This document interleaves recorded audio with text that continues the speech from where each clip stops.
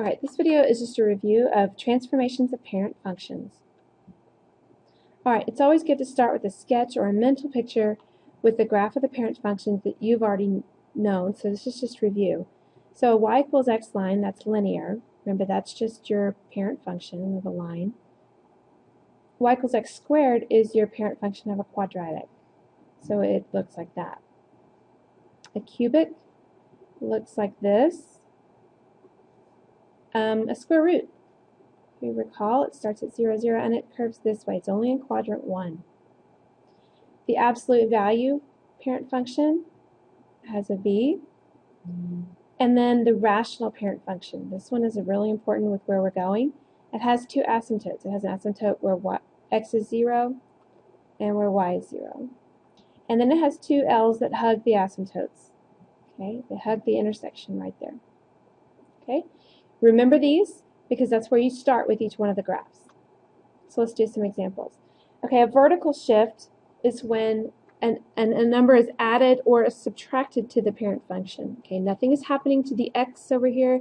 It's just added or subtracted to the function. So in this case, it's a quadratic and it's opening up. So it's going to go up 2.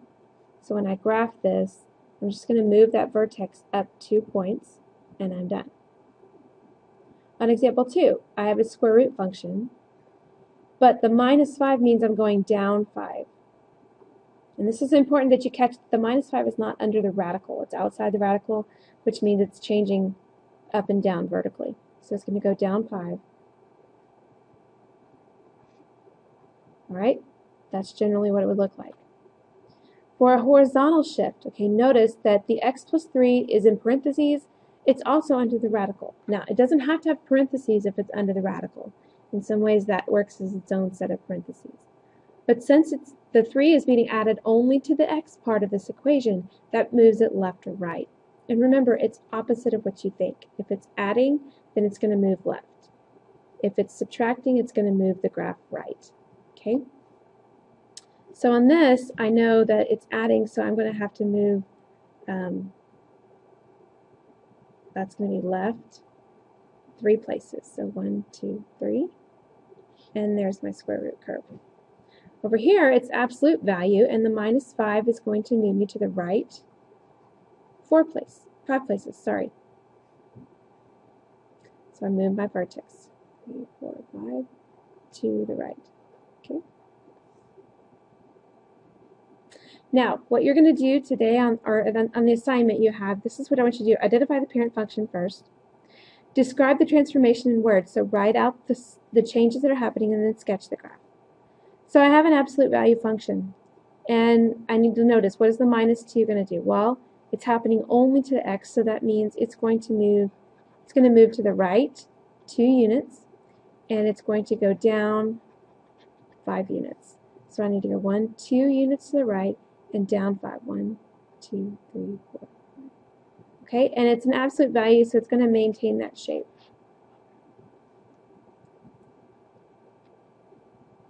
Try another one. Okay, identify the parent function. Well, this is squared, so it's quadratic, so I know it's going to be a parabola. Transformations. The plus 2 is happening only to the x part of the equation, which means I'm going to go left 2. The minus 8 happens to the whole thing, so I have to go down 8. I'm going to left 2 and down 8, but it maintains the parabolic shape. There it is.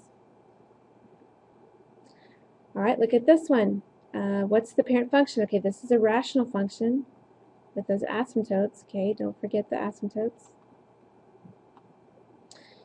Transformations. Okay, look, the plus 6 is only happening to the x coordinate. You could think of it as having parentheses around it because it's not out here, over here on the right. So since it's adding 6, that means I'm going to go left 6 units. That's all that's happening. So my vertical asymptote that I usually have is going to go left. The horizontal asymptote at 0 is going to stay right there. It's not moving. There's no vertical changes here. And then the curves hug the intersection of the asymptotes. They don't touch it, but they get really close to it.